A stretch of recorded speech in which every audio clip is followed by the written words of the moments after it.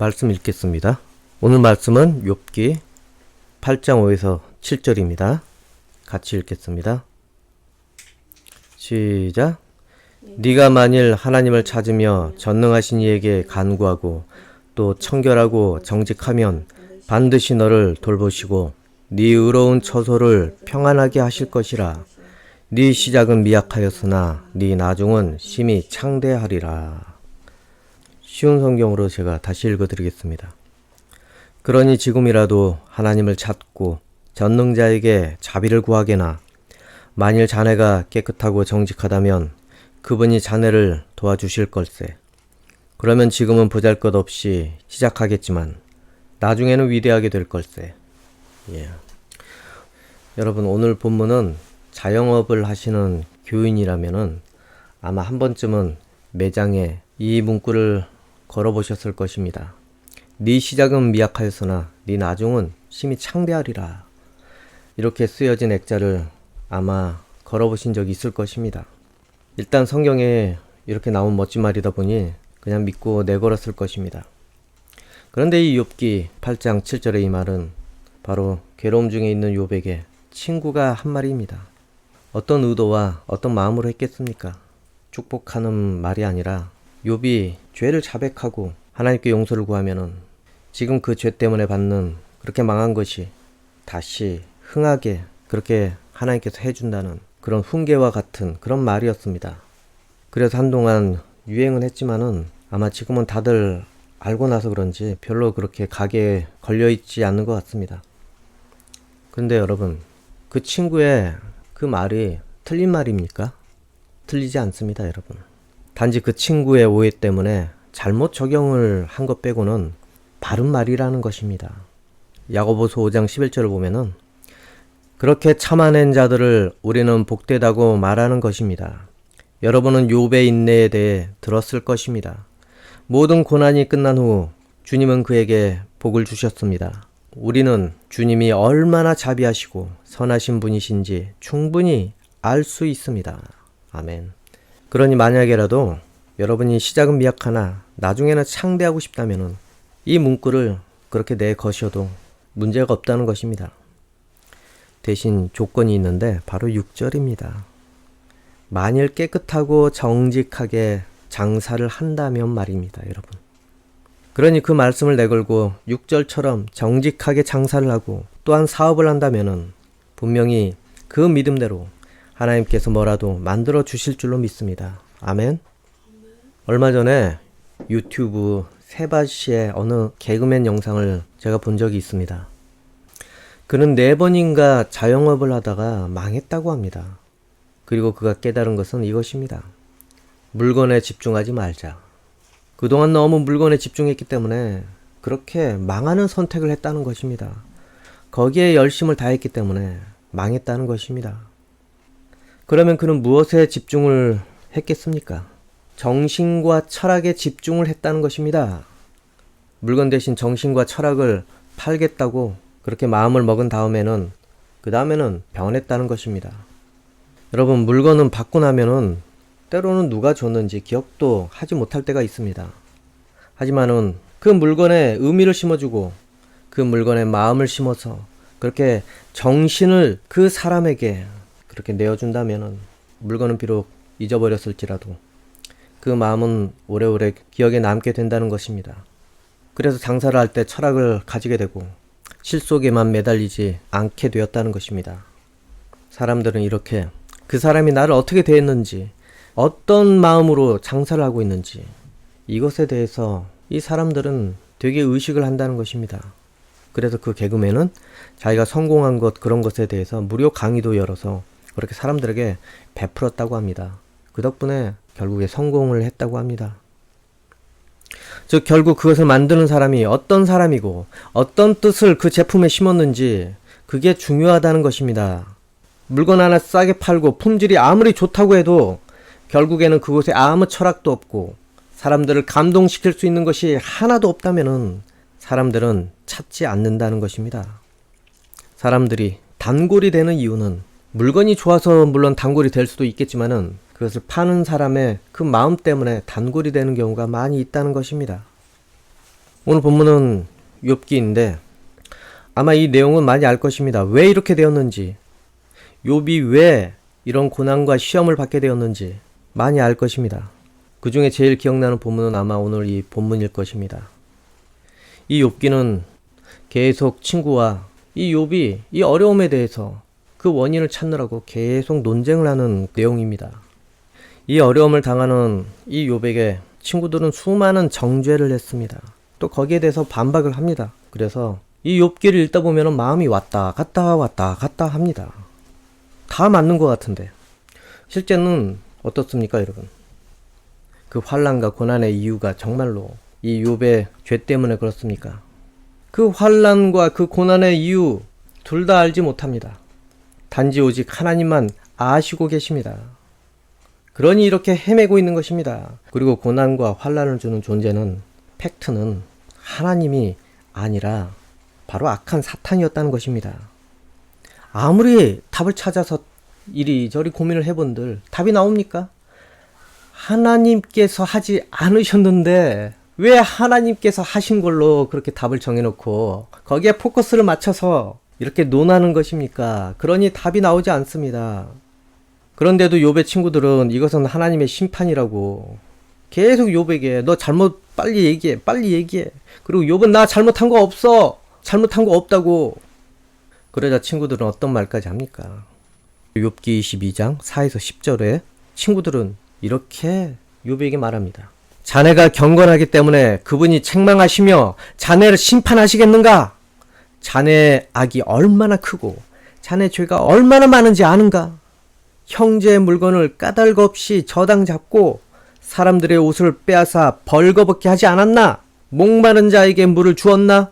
배고픈 자에게 음식을 주었나? 그러면서 권세나 부리려고 하고 귀한 채 하며 살지 않았나?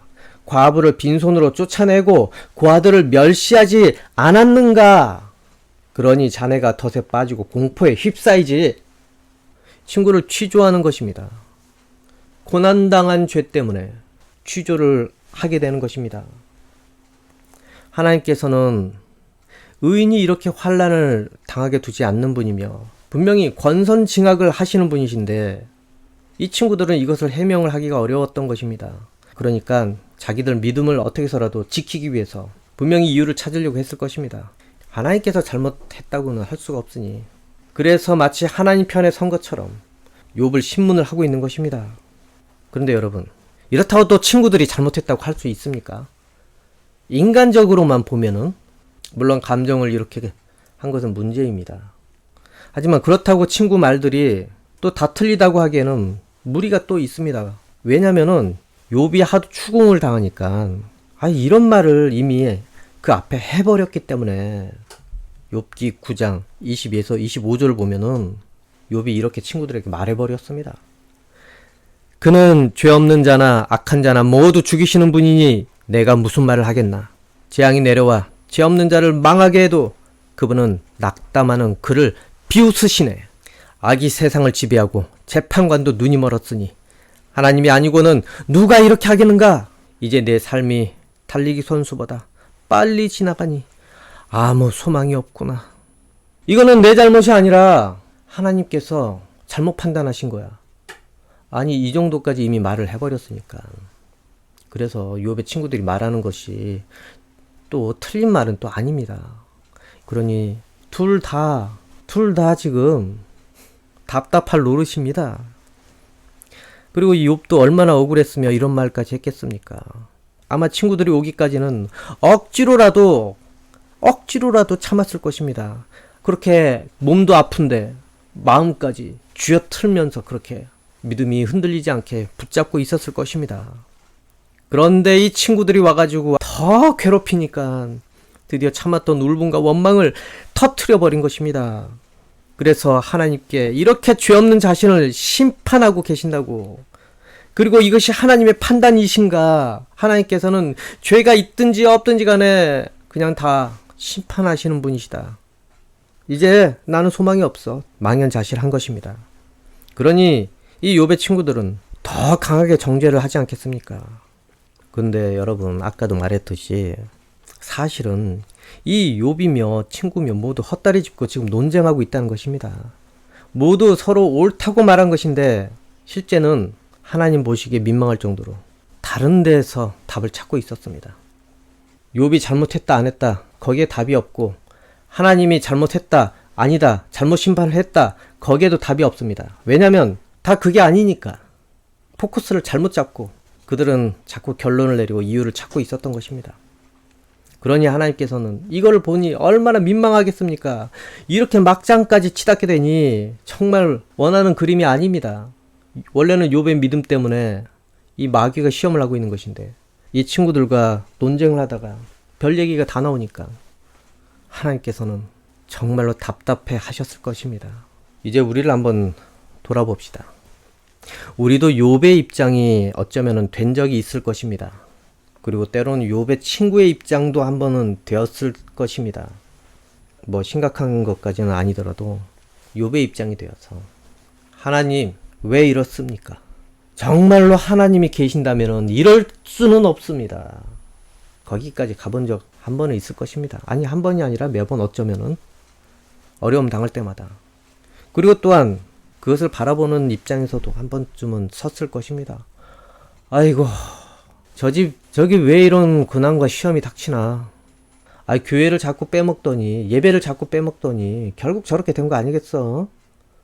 저도 그런 적이 있습니다. 쉽게 판단하고 쉽게 결론을 내려서 때로는 그들의 믿음에 대해서 비하해 본 적도 있습니다.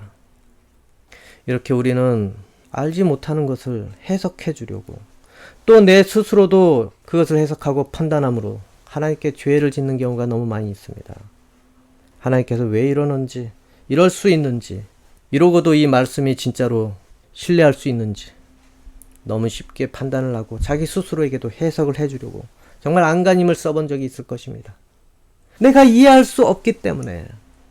그리고 바라보는 사람도 하나님이 계신다면은 저 친구가 저렇게 당하는 것이 정말로 이해할 수 없기 때문에, 그래서 많은 것을 해석해 주려고 하기도 하고 내 스스로도 결론을 내려보려고 많은 것을 동원하기도 해보고 그 친구가 무슨 일이 있었는지 그것을 통해 정죄를 해보려고도 하고, 그래야 내 마음이 내 믿음이 편하지 않겠습니까?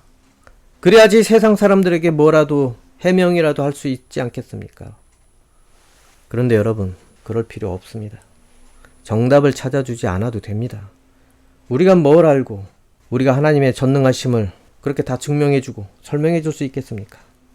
우리가 뭘 알고 있다고 하나님의 전능하심을 우리가 어떻게 다 증명하고 설명해줄 수 있겠습니까?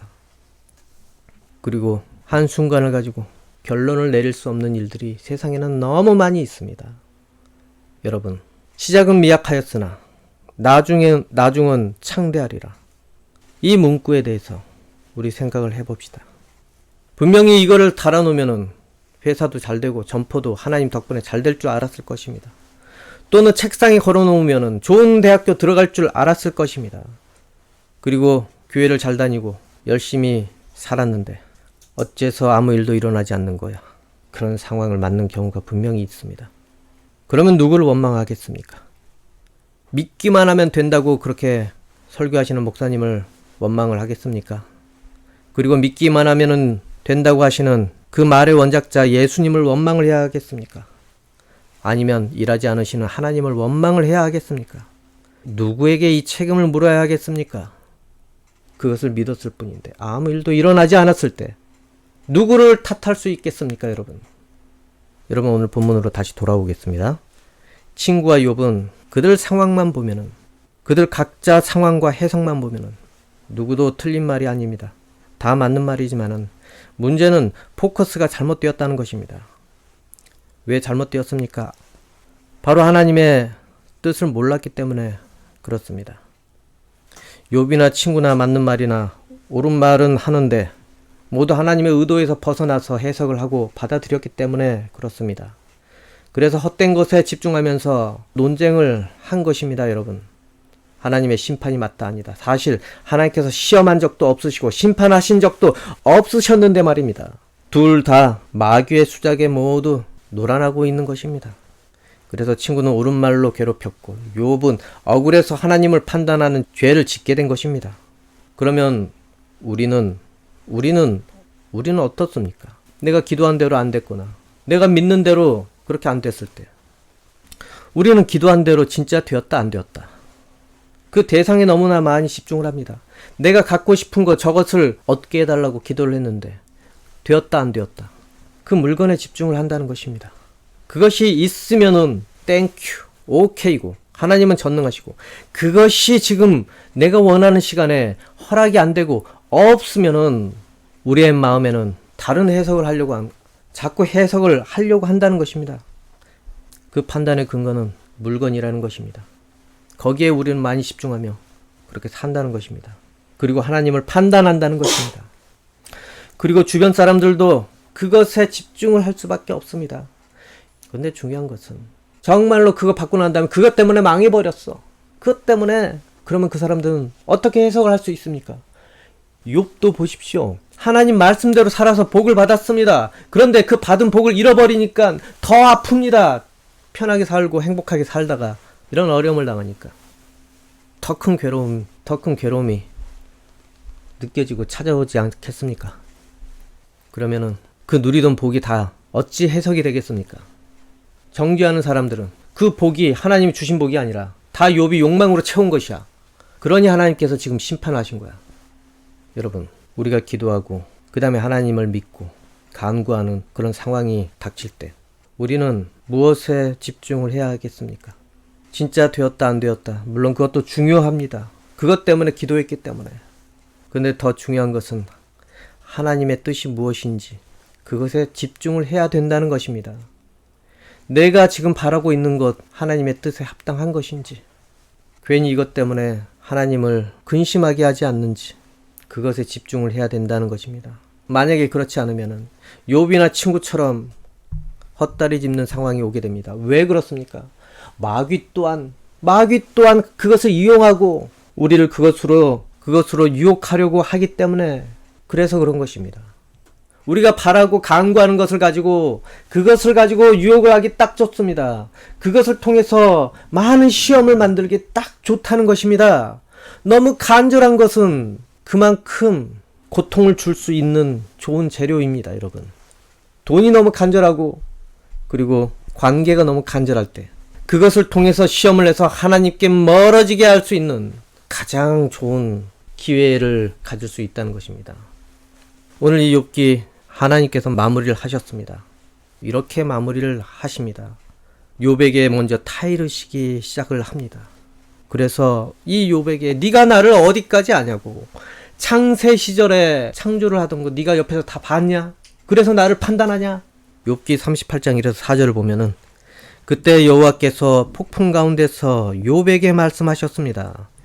무식한 말로 나의 뜻을 어둡게 하는 자가 누구냐? 너는 허리띠를 동여매고 대장부처럼 일어나서 묻는 말에 대답하라. 내가 땅에 기초를 세울 때 너는 도대체 어디에 있었느냐? 네가 그렇게 많이 알거든 대답하라.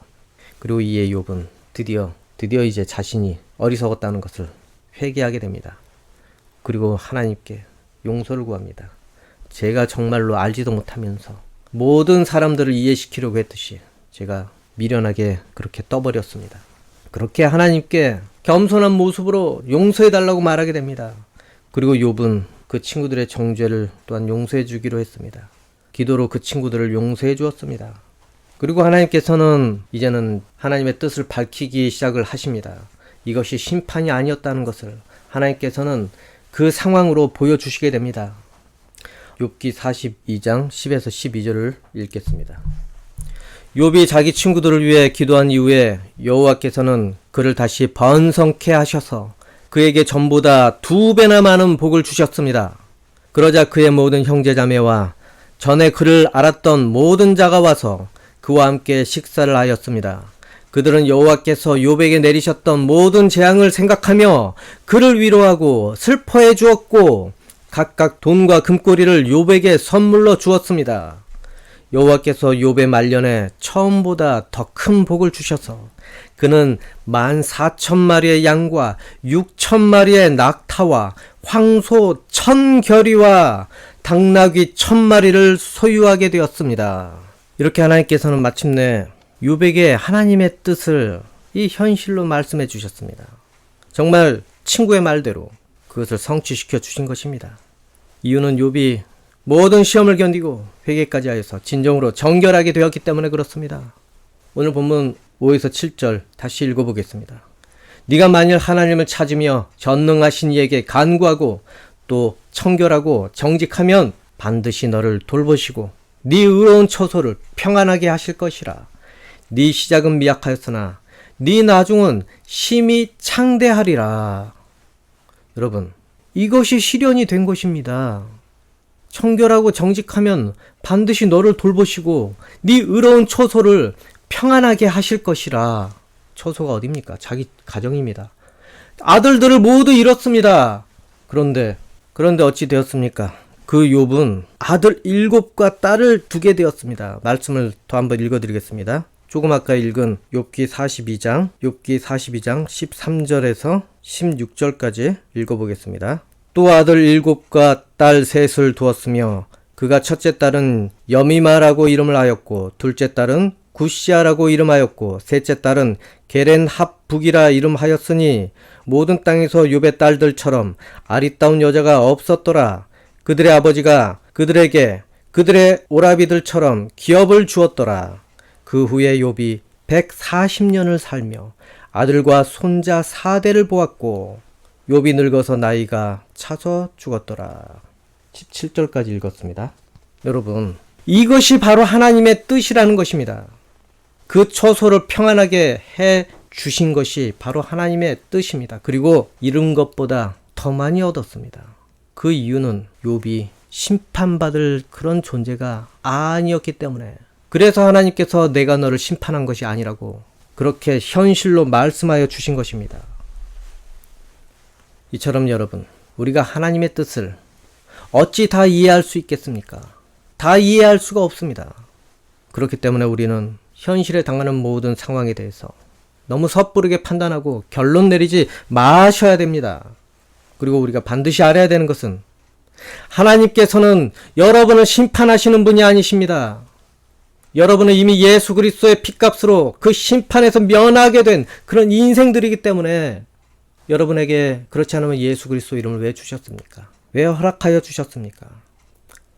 심판을 면하라고 허락을 해 주신 것인데, 여러분, 아무리 어렵더라도, 아무리 지금 상황이 이해되지 않더라도 하나님께서는 여러분을 잠시 징계를 하시면 하셨지, 하나님께서는 분명히 여러분을 구할 길을 열어주시게 됩니다. 그리고 기도한 거에 대해서 지금은 아니지만 분명히 때를 정하고 계십니다. 여러분, 아무리 이해되지 못한다고 해서 하나님은 아무 일도 하지 않으시는구나, 그렇게 판단하지 마십시오. 하나님 마음이 너무나 아프십니다. 여러분을 심판하지 않으시고 여러분에게 예수 그리스도 이름까지 주셨고, 그리고 여러분에게 가장 좋은 때를 마련하시고 여러분 상황을 보면서 많은 것을 준비하시는 그 하나님에게 여러분 상처를 주게 되는 것입니다. 만약에 그렇게 하면 얼마나 하나님께서 마음이 아프시겠습니까? 그러니 여러분, 하나님의 뜻을 먼저 알려고 노력을 하십시오. 그리고 하나님께서 어떻게 결정을 내렸는지 더 두고 보시고, 그리고 하나님의 그 결정에 대해서도 순응하는 그런 마음을 가지시기 바랍니다.